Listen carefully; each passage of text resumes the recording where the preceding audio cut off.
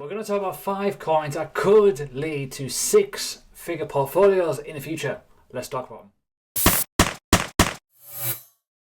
So hi everyone, welcome to the channel. If you are new, please do subscribe, hit the bell button, leave a like and obviously a comment. Now, on the screen I'm about to reveal number 1. Now let me just start off by saying a few little disclaimers. This is not financial advice. These are picks that I've found and discovered that have decent utility, decent use case that I believe could still create a bit of gains. Now these are 5 coins that could a value appreciation go up to nice numbers. I'm not going to be doing the old clickbait malarkey of 5 coins to 5 million. You're going to become a millionaire. But these seem like good assets that have a good solid use case that could go up over time due to certain fundamentals, network growth, Metcalfe's law, all kinds of good stuff in terms of the utility of the token that they have and potential positioning in the market. So let's start. First one, StormX. Boom. Now the reason why I said StormX is I like the look of it, I like the branding of it, I like the way that it's kind of positioned in the market. Yes, I know you've seen on the screen it's going parabolic right now, so please wait for a pullback. But it's annoying because I planned this video out yesterday and this has happened. Sorry. But still, even with this pump, $312 million market cap, it could go a lot higher. Now the reason why, let me explain. I believe very, very soon, people are going to be looking at services like this, cashback, right? People stacking sats, people wanting crypto because of the boom in the cycle, right? These sort of applications, membership protocols that allow people to do it are somewhat valuable, in my opinion anyways. It's good. I like it. I've not used it. Disclaimer out there, not used it, but the idea and the principle of this, it's somewhat good that you can do it. And when we start talking about obviously the token here and utility of it, it has an actual utility that allows you to essentially create wealth through spending. And we all know value of token utility is by users. 2 million downloads, $2 million paid out, 700 stores. The more stores, the more people, the more payouts, the more that token's going to go up and up and up. So that's why I like it. It's pretty cool. So as you can see here, you can also have it on the Chrome button, stuff like that. So it's certainly something that I'm going to be looking at using in the future, but I like the look of it. It's came onto my radar recently, but I do like it. You know, it's on some pretty big exchanges, so it's available. So yeah, StormX number 1. Boom. Next one, Kusama. Yes, it's a higher cap coin. It's 2.6 billion. However, parachain deployment, Polkadot ecosystem. This, I think, is undervalued, right? I know people might go, what, really? It's around 38, it's 2.6 billion. But for me, I think it's undervalued.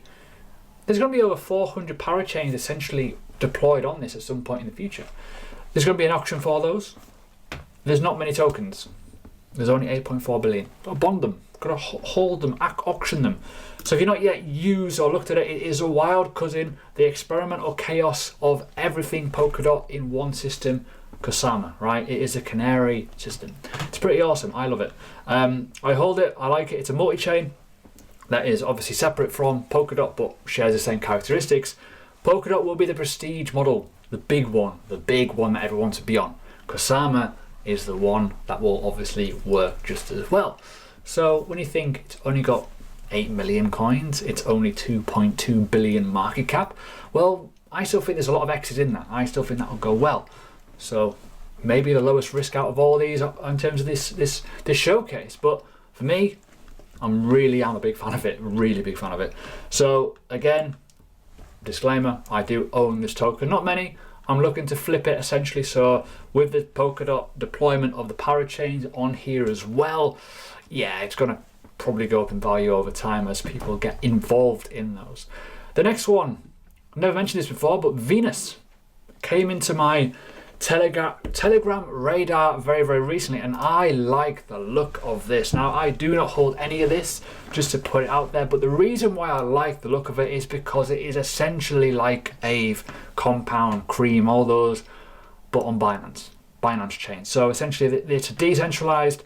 It's a full protocol with the BEP20 standard, and it's fully scalable on the BSC chain, which is kind of important. So when we talk about earning interest on your assets, DeFi, Venus is one that allows the utility to happen on the Binance chain. So essentially we're looking at previous successes of Ethereum-led DeFi tokens, but it's all built on this. So yeah, it's relatively cool.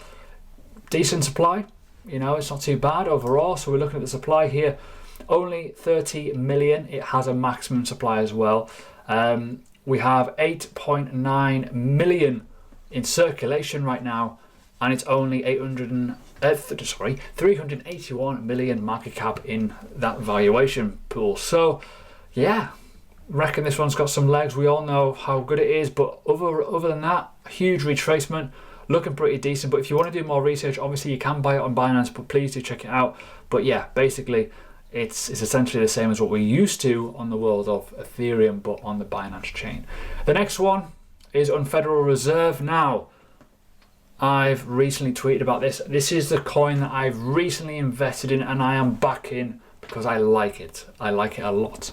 I wanted a coin that essentially is not so much under the radar. It kind of, people know about it a little bit, but it's not been covered massively, and it has a very, very solid utility. And I'm going to explain a little bit about the utility in a second. It only has a very, very small supply. It's going to only have about 450 million maximum supply as well in terms of minted tokens. It's on a monster rise, but it's only on the likes of Uniswap at the moment. So it's not on any big exchanges. Now, let me just explain the use case very, very quickly. It's basically a software of use for banks on blockchain technology. It is based in the US, so it's American. So that's kind of important when you think of regulations and all kinds of the corporate side of it. But the banking products are designed for smaller US Treasury chartered banks and non-banking lenders that need liquidity without the sacrifice of securities or compliance. So lending in a very, very traditional banking system in a simple way using blockchain and DeFi, fast, no borders, super, super quick liquidity that is secure. Now, the one thing that is very important here, the team, essentially for me, are like golden superstars in my opinion. We've got Howard, who's got experience with HSBC, and I also believe Wells Fargo, if I got that right, all over the banking sector for decades, right? Traditional finance guy, right into the mix. Then you got Ryan, who's also had huge success in Silicon Valley, worked on some massive projects. Obviously, you can read on the screen there, Ethereum, Hyperledger, Rootstock, List, Neo, all kinds of stuff like that in terms of the build side of it, right? But in terms of the news that came out just today, there's been a lot of testing done on certain stuff. So Reserve Lending operational DeFi platform is now in testing, so that's going to be pretty good. And then we've got the overall security audits coming. We've got interoperability with and connectivity with Chainlink, which is kind of important. So as you can see here, Oracle's Chainlink coming in play. So there's loads of stuff. You can still earn your rewards if you are providing liquidity, but that's just a basic sum of it. I will do further videos on it in the future. But yeah, on Federal Reserve, something that I like quite a lot. And this you can only buy essentially on the likes of Uniswap right now. So undervalued. And the last one, Pluton Token. Again, hold a very, very small little sliver of this, right? A very small sliver. The only reason being is for the staking side of it. I have the card, I like the card, the 3% rewards are pretty good, and I think this is majorly under the radar still as a payment card. It's on very, very limited exchanges, as you can kind of allude to with the volume. It's only on a couple, it's not on many at all, and it's building up to become what I feel is somewhat of very, very solid asset in the UK. It is a place where you can buy crypto. It is a place where you can spend crypto. You can move your money from your bank via an IBN and a sort code number very, very quickly onto it. Now, in America and stuff like that, you can't use this. However, in Europe, it's pretty decent. 3% reward on a very, very small staking amount is pretty impressive. Also, the ability to swap your tokens on a hard wallet, a MetaMask, for example, is important. This is kind of the thing that kind of sways it for me. The security element of it.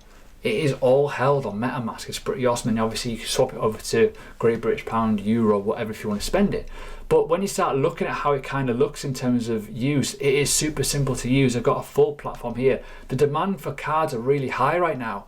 And in my opinion, I think once they get things sorted out and the infrastructure in place, this will do very, very well. They are looking to do a lot of things in the future. A lot of staking rewards of cashback coming back to the user is going to be very, very important. But also a fair distribution of those rewards are pretty important. So the amount of rewards that are kind of not in circulation right now is because they're going to get generated by spending and liquidity from people. So when you start looking at it, it's pretty awesome. If you're looking at the likes of all this kind of stuff in terms of the journey so far, there's a lot of things happening overall, and in terms of like what they're looking to do, launching in Asia, Latin America, banking license in 2022 as well. They're aiming for 150,000 users in this year alone. So there's massive, massive things happening. It's been around for a while. It's been building slowly. But I think in terms of use case of connectivity to a normal bank and into a payment solution where you can actually trade a cryptocurrency on their platform and also actually buy it as well. You can literally put your money in, swap it for Ethereum, and then you can go into the likes of a Uniswap and crack on. That's a great plug in my opinion, a great way of doing it. Whereas it is quite hard to buy cryptocurrency these days, sometimes if you're a brand new user. So there's the 5.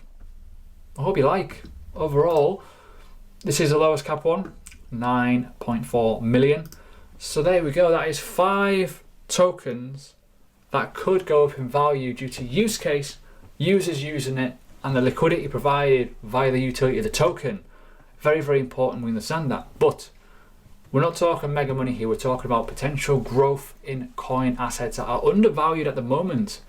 But maybe in the future they might be worth quite a lot more money as the industry grows.